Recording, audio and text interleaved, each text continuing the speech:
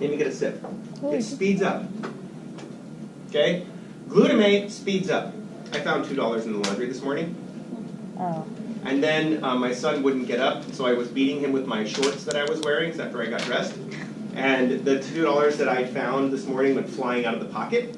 So I found $4 today. So I bought coffee. Okay, logic. It was my $2 that went in the dryer in the first place, but that's not important. I did find 20 that my daughter left in her pocket once. We gave her money to go to the movies and she didn't spend it. She left it in her pocket. Unbudgeted $20. Okay, bicycle marks. So, GABA, simple amino acid, simple neurotransmitter, let's in chlorine. Glycine, this is actually what your eyeballs use. They use glycine. And your glycine is potassium. It's slightly inhibitory. Glutamate, most of your brain uses glutamate, and it's,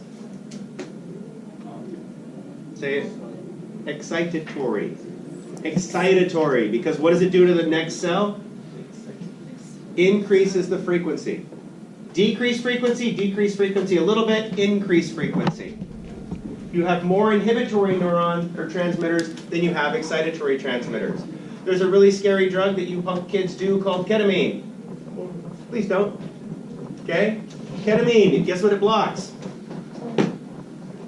Glutamate. No, it blocks glutamate. So when you first start taking it, you have these very bizarre feelings. And then what eventually happens?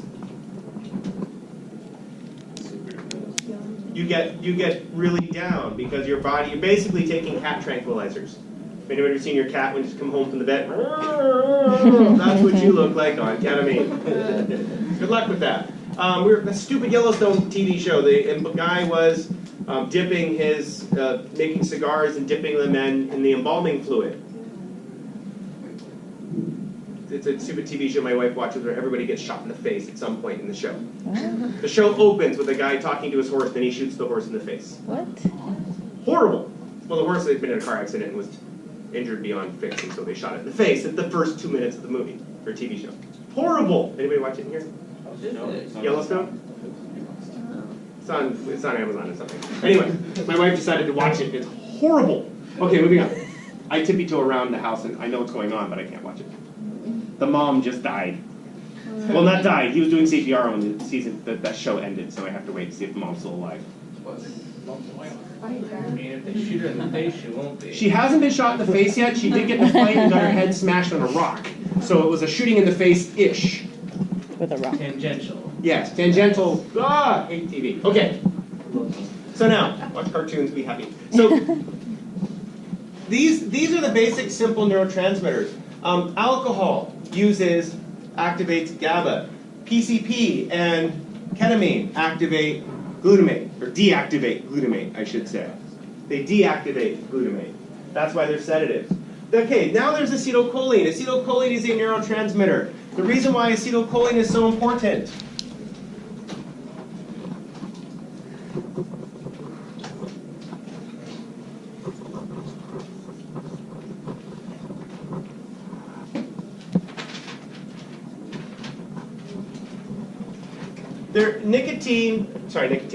Acetylcholine is where movement is.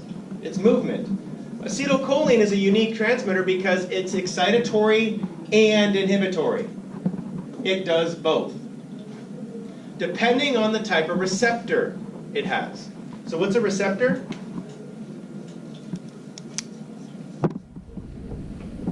What's a receptor?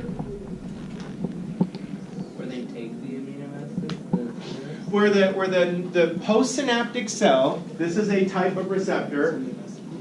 It's on the other side of the vesicle. It's on the postsynaptic cell, the postsynaptic membrane, that receives the chemical. So the GABA receptor lets chlorine into the postsynaptic cell. The glutamate receptor lets sodium into the postsynaptic cell. The glycine receptor lets potassium in. Acetylcholine is involved with movement. It's one of the widely used transmitters in your brain because the reason we have a brain is to produce behavior. Nicotine activates acetylcholine receptors. So there's two basic types of acetylcholine receptors. There's nicotinic, which are excitatory, and muscarinic, which are inhibitory.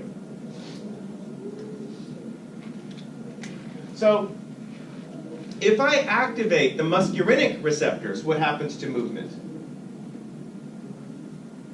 Slows down. Slows down. There's this always example they use is that there's a type of neurotoxin that you can get from these little tree frogs. Okay, they're called poison arrow frogs, and some people lick them and get stoned. Good luck with that. Okay, but what? Yeah. Yeah, because the people who write The Simpsons are intelligent. And Futurama. Yeah, you're jacking in again, aren't you? That was trying to explain that episode to my son. We had to pause that for a while. The robot kept hiding in the bathroom and plugging into the wall. You're jacking in again, aren't you? You only watch Simpsons? Moving on. And then he's blind halfway through the episode from jacking into my. That's just bad. Okay. See, it's funny, but at the same time, it's like, yeah. Okay. And my son's like, what does that mean? Well, son. Okay. So, the poison arrow frogs, they rub the arrow dart on the back of the frog, and when they you shoot the monkey out of a tree with it. Why would you want to make a monkey fall out of a tree? Food. If you shoot the monkey in the tree with a regular arrow, the monkey's response to getting shot is to go, "Rrr." And if the monkey does this, where's your food? Hanging in the tree. If I shoot it with a poison arrow, or poison dart frog, technically, and if I shoot it with an arrow that has this poison on it, it causes all their muscles to, and so said monkey goes thunk out of the tree. Food. As opposed to climb trees to get food, you wait for a monkey to fall out of tree. That's what the muscarinic receptors are. The nicotinic receptors cause muscles to contract. So when you smoke cigarette or nicotine or your vapey thing, okay? Well, it's funny. The vapey things are really all over the place in high school because they have vapeless vapey things now for the high school kids. So they don't produce vapor. You can inhale the drug without poofing out the giant cloud of vapor. Yeah, so there's a lot of kids, if you look at the front of their sweatshirt, they're all stained on the inside. What are they all stained from? Exhaling the vape into their sweatshirt. So if your child smells like fruity pebbles or something, they're vaping. Okay, so, but the reason why what nicotine does is nicotine increases certain physiological responses and relaxes other physiological responses because nicotine, it mimics acetylcholine. Specifically, it mimics acetylcholine at the nicotinic receptor. Why do you think it's so addicting? Because of nicotine. Your brain is the purpose of having a brain is movement. If I stimulate the neurons that activate movement, your brain likes it. It's extremely addicting. And that's why there's a really funny thing that my daughter showed me from Instagram. It's like, hey, there's a new type of vape. Doesn't require charging. All you have to do is light it and smoke it. Oh.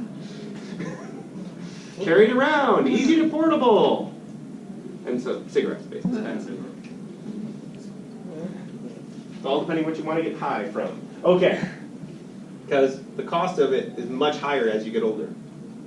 Moving on. Okay, so, let me fix that again. The little line was bugging me. Okay, it's still there.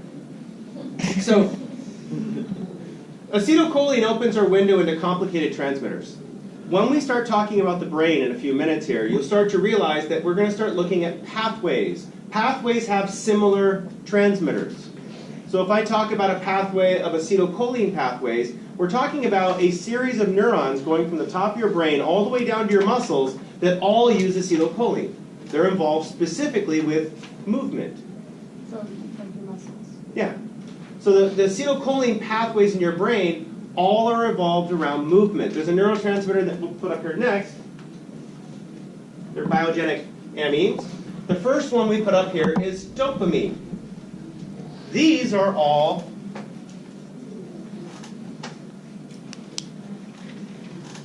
metabotropic. Metabotropic means that they are, anybody remember what this means from last class?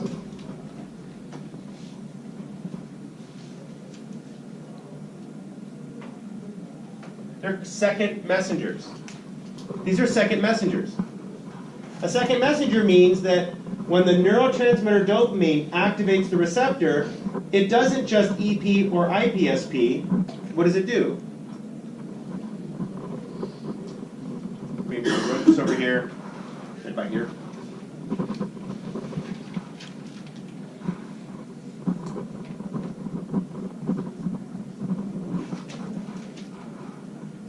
What was that? There you go. It opens up this, it phosphorylates these enzymes. These enzymes go around and can do things. What is the primary thing that these enzymes can do?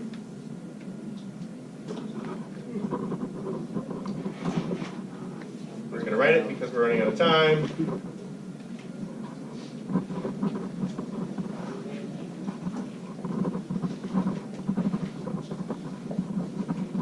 They change the postsynaptic cell. These enzymes change the postsynaptic cell. So when we talk about these drugs, dopamine, not drugs, these neurotransmitters, dopamine, norepinephrine, epinephrine, serotonin, and histamine, they all make changes to the postsynaptic cell. I'm going to write a big word under here because it's really important.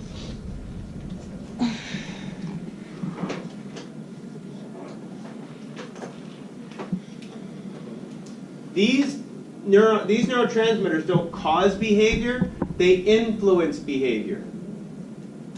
They don't cause behavior, they influence behavior.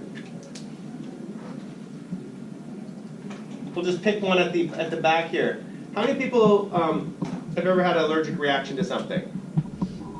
What happens when you have allergic reactions? Blow up. You puff up.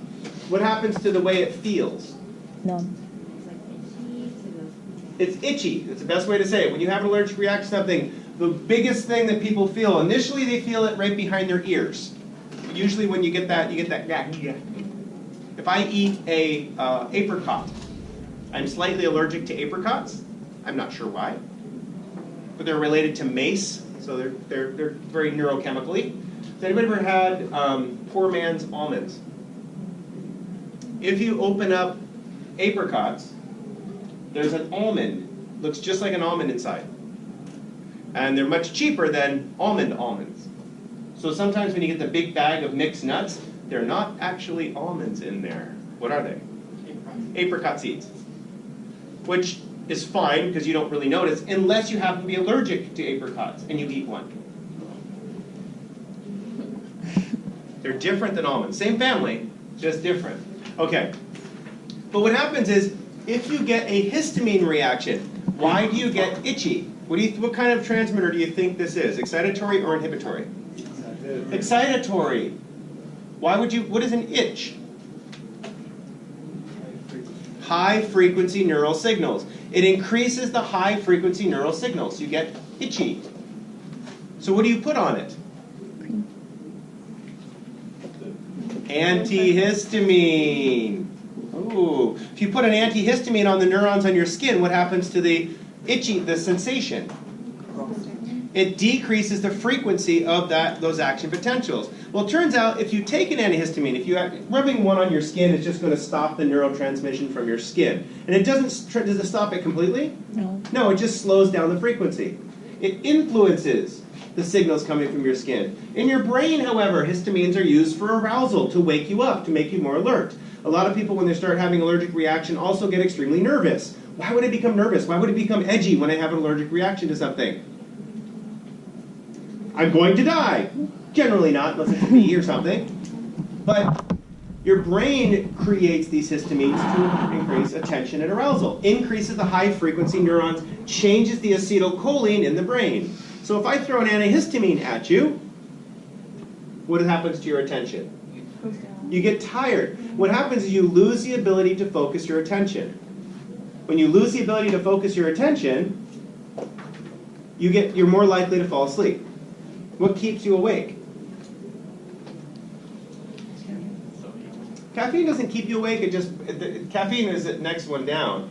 But caffeine affects a neurotransmitter called adenosine. Adenosine makes you tired.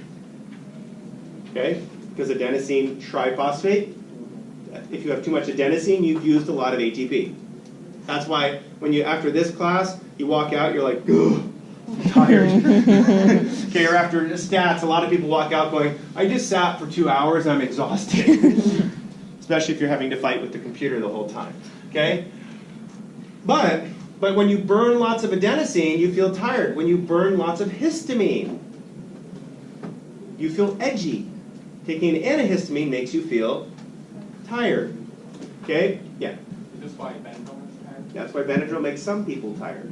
Some- Yeah, so for myself, Benadryl makes me twitchy and nervous.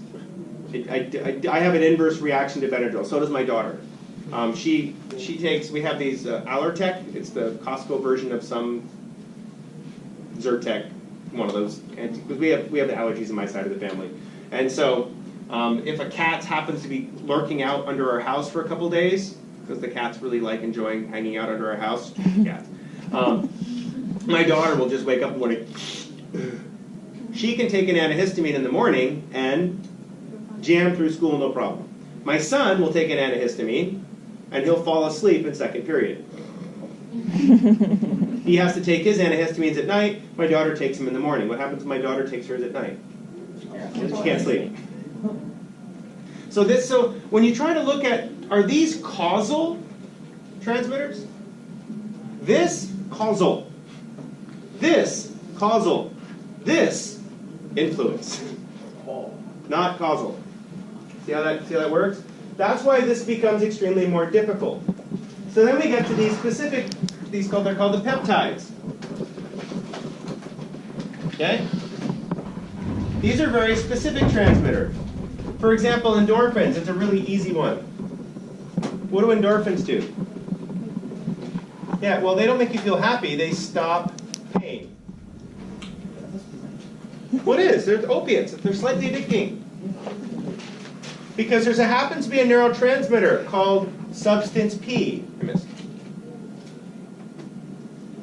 Substance P, guess what that signals? Pain. Pain. It's called, substance P is a transmitter that transmits pain.